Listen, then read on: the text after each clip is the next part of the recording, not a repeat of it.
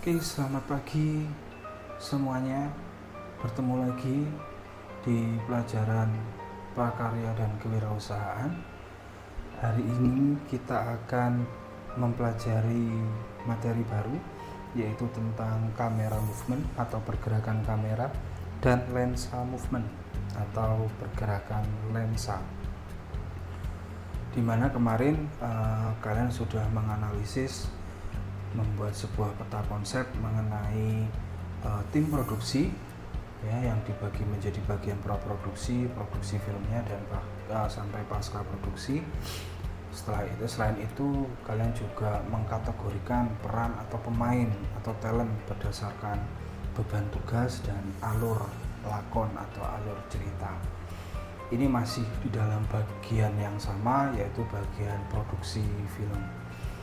Apa itu pergerakan kamera dan apa itu pergerakan lensa? Mari kita bahas satu-satu. Kamera movement atau pergerakan kamera, lens movement atau pergerakan lensa. Seorang filmmaker pastinya harus paham dasar-dasar dalam pengambilan gambar. Ya, yang sebelumnya kita pernah membahas tentang angle kamera, tentang tipe shot dari ekstrim, long shot sampai ke big close up. Setelah itu kita ke komposisi pengambilan gambar, entah itu komposisi framing, horizontal, diagonal, garis, seperti itu. Kalau dalam video atau film ada tambahan, yaitu kamera movement dan lens movement. Di dalam sebuah film yang berkualitas pasti dibutuhkan sebuah storytelling, ya, sebuah cerita. Nah, berhubung kita adalah audiovisual, kita mempelajari tentang audiovisual. Nah, bagaimana sih cerita itu bisa kita munculkan ke dalam sebuah film dan penonton itu juga bisa masuk atau paham tentang apa yang ada di dalam film itu?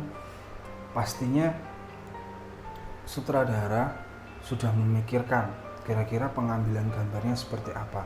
Jadi pengambilan gambar, kamera movement, angle kamera dan lain-lain itu bukan semata-mata cuma hanya sebagai formalitas saja ketika kita ingin membuat film, tidak. Pastinya memiliki maksud tertentu, ya, dari angle kamera, eye level itu maksudnya seperti apa. Begitu juga untuk kamera movement, agar apa yang disampaikan oleh sutradara itu dapat diterima oleh penonton, ya. Dalam hal ini pergerakan kamera atau kamera movement memiliki peran yang sangat penting untuk membantu sutradara menyampaikan pesan. Jadi dari sebuah cerita atau teks bisa kita visualkan ke dalam film. Fungsinya apa? Kamera movement dan lensa atau lens movement membangun suasana yang dramatis. Ya, dari pergerakan kamera kita mampu membuat sebuah visual, kita mampu membuat sebuah gambar yang lebih dinamis pastinya. Coba bayangkan kalau misalkan kalian membuat sebuah film, ya, pengambilannya hanya satu kamera. Contoh seperti saya seperti ini, hanya satu kamera di depan saja. Apakah itu bagus dan semua talent harus melihat ke kamera seperti ini? Kan tidak. Dengan adanya pergerakan kamera, pergerakan lensa, angle, dan lain-lain, itu akan membuat gambar kita lebih dinamis, pastinya juga akan membuat suatu hal yang dramatis yang nantinya bisa penonton dapatkan. Apa saja yang masuk ke dalam pergerakan kamera? Mari kita bahas. Yang pertama adalah panning. Jadi panning ini pergerakan kamera menoleh dari kanan ke kiri. Misalkan ya, contoh di sini ada kamera. Untuk setiap pergerakan kamera harus menggunakan alat bantu untuk memudahkan kita dalam mengambil gambar. Meskipun ada beberapa yang sudah fase handheld tanpa menggunakan alat bantu, tapi akan lebih bagus kalau misalkan kita menggunakan alat bantu seperti itu. Yang pertama adalah panning. Panning itu adalah pergerakan menoleh ke kanan dan ke kiri. Contoh, misalkan saya menggunakan tripod, ini adalah kameranya.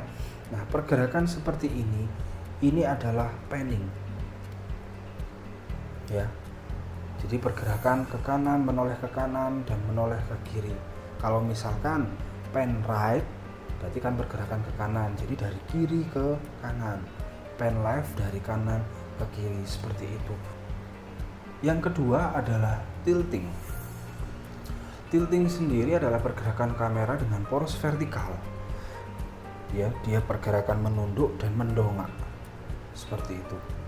Jadi pergerakannya adalah seperti ini. Kalau misalkan tilt up, jadi ada dua tilting, tilt up dan tilt down. Kalau tilt up adalah seperti ini tilt up dari bawah ke atas. Kalau tilt down dari atas ke bawah. Tetap menggunakan alat bantu yaitu tripod. Nah, fungsinya tilting sendiri untuk menjelaskan, misalkan di sebuah adegan saya ingin menjelaskan atau memvisualkan karakter suatu tokoh dari atas ke bawah atau dari bawah ke atas, dari kaki sampai ke kepala. Nah, berarti kita menggunakan tilt up, atau dari kepala sampai kaki kita menggunakan tilt down. Itu tetap menggunakan alat bantu. Jadi itu fungsi untuk tilting. Yang ketiga adalah tracking. Ya, tracking, kamera mendekat atau menjauh, bergeser ke kanan atau ke kiri menggunakan alat bantu. Biasanya untuk tracking sendiri itu ada alat bantunya, bisa slider, kalau zaman dulu itu dolly track. Jadi pergerakannya tidak bertumpu ke satu poros, tapi dia bergerak. Misalkan track in berarti kamera itu maju. Nah, seperti ini. Ini adalah track in. Nah, ini adalah track out. Jadi dari kamera mendekati objek itu track in, menjauh dari objek itu track out. Ada lagi track left dan track right. Contoh misalkan seperti ini. Nah, ini adalah track right, ini adalah track left. Ya, masih menggunakan alat bantu yaitu slider, bisa juga dolly track. Kalau misalkan dalam film-film layar lebar sering menggunakan dolly track, bukan slider. Yang keempat adalah crabbing. Crabbing, kalau misalkan kalian tahu istilah crab, itu adalah kepiting gitu ya. Jadi crabbing ini adalah pergerakan seperti jalannya kepiting. Kepiting kan jalannya ke samping tuh. Ya. Hampir sama seperti tracking, track left dan track right, tapi untuk crabbing sendiri itu tidak menggunakan alat bantu. Jadi istilahnya adalah handheld.